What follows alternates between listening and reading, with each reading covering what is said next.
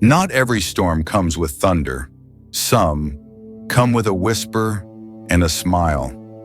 I'm going to reveal a truth. Not everyone gentle is good. Not every warm gaze is a sign of love. There are women who make it feel like you're being loved. But in reality, you're being slowly worn down. Not through words, not through obvious actions, but through a quiet presence that drains a man's energy, piece by piece. The problem is, most men don't realize it until it's too late. Stoicism teaches us to stay awake in the face of what seems harmless, because toxicity doesn't always come dressed as rage. More often, it arrives wearing a smile. If there's ever been a moment when something felt wrong, but had no name, then maybe it's time to listen more carefully.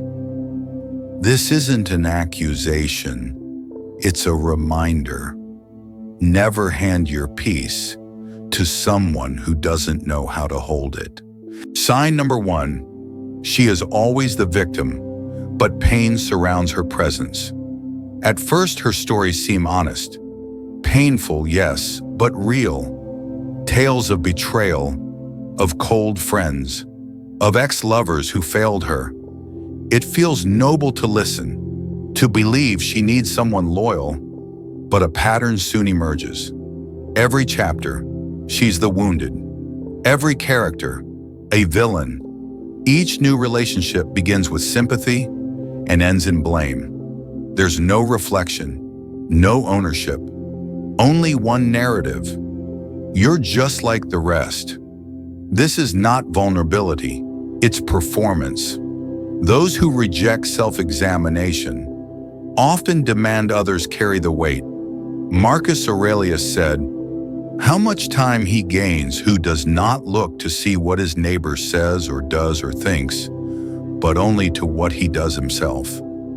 Some souls rewrite every hardship as someone else's fault, and anyone nearby becomes part of their script. Not out of malice, but from a refusal to face their own reflection. Sign number 2, chaos follows her, like a scent that lingers. She doesn't scream, she destabilizes. Not with words, but with pauses, long enough to breed uncertainty. Not with drama, but with silences that make stillness feel unsafe. She doesn't crave conflict, she creates confusion. And peace, it suffocates her. When things are too calm, she lights a match just to feel heat. A glance ignored, a joke misunderstood.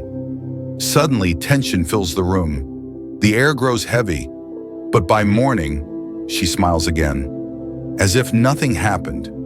Meanwhile, masculine energy walks on eggshells. This isn't love, it's erosion. Seneca wrote, "A fire is never extinguished by throwing more wood on it." If chaos is her comfort, drama becomes her method, and a Stoic man must either become the stillness or lose himself. Still water drowns deeper than waves. Sign number 3, the truth bends until your memory betrays you. Stay too long in her fog, and clarity feels dangerous. Silence becomes guilt. Kindness feels manipulative. She doesn't lie. She distorts, asks the right question with the wrong tone, denies the obvious until your memory wavers, raises one eyebrow, and your confidence crumbles. This is gaslighting, control without fingerprints. It doesn't just rewrite stories, it rewrites the man inside them. Apologies form for sins never committed. Decisions are doubted. Boundaries shrink. The posture folds inward. The voice fades. Epictetus warned, if someone succeeds in provoking you, realize your mind is complicit.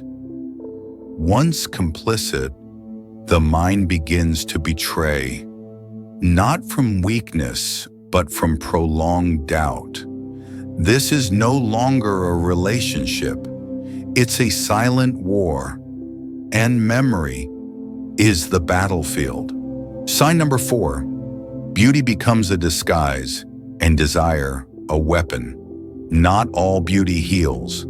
Some manipulates. Certain women don't express.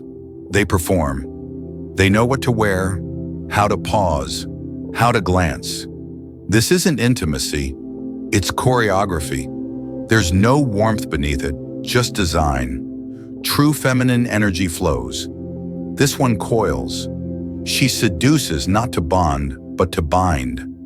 Men are trained to chase beauty, rarely to question it. But Stoicism asks, what is this charm concealing? Seneca noted, no man is crushed by misfortune unless he has first been deceived by prosperity. Likewise, no man is broken by a woman's charm unless he believed it meant more than it did. This is manipulation, masked as intimacy, and after she leaves, only silence remains. Sign number 5, her silence isn't space, it's strategy. Some silence heals, hers injures. She withholds, observes, punishes without touch. She disappears while standing right next to you.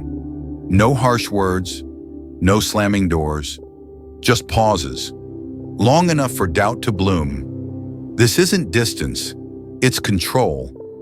Silence becomes currency, withdrawn to provoke, returned to reward. Marcus Aurelius said, it is not death a man should fear, but never beginning to live. And what kind of life is it? To be near someone who makes your soul quieter each day. Sign number 6, love becomes a transaction, an affection, a negotiation. There were smiles, laughter, even warmth, but always a price.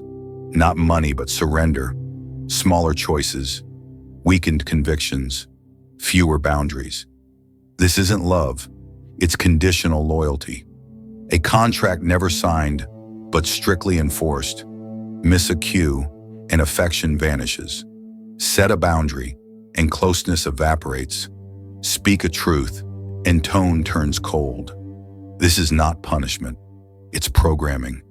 Every touch a test, every silence a tax. True love doesn't negotiate worth. A woman who loves only when it suits her trades. And a Stoic man must ask, what price am I paying to keep this illusion alive? Sometimes that price is himself. Sign number 7, the soul begins to dim and no one notices. No fights, no shouting, just silence and a fading light. He provides, protects, performs, but joy, gone, wonder, extinct.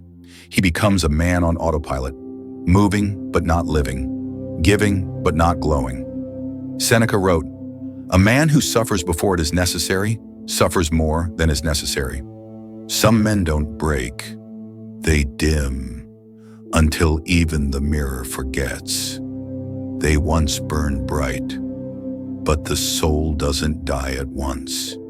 It withdraws, and it can return to the man who chooses to stand still again. Not every storm is loud, not every wound bleeds. Sometimes, what breaks a man is the drift from his own clarity. He gave, he tried, he stayed. But in the silence, he forgot what peace used to sound like.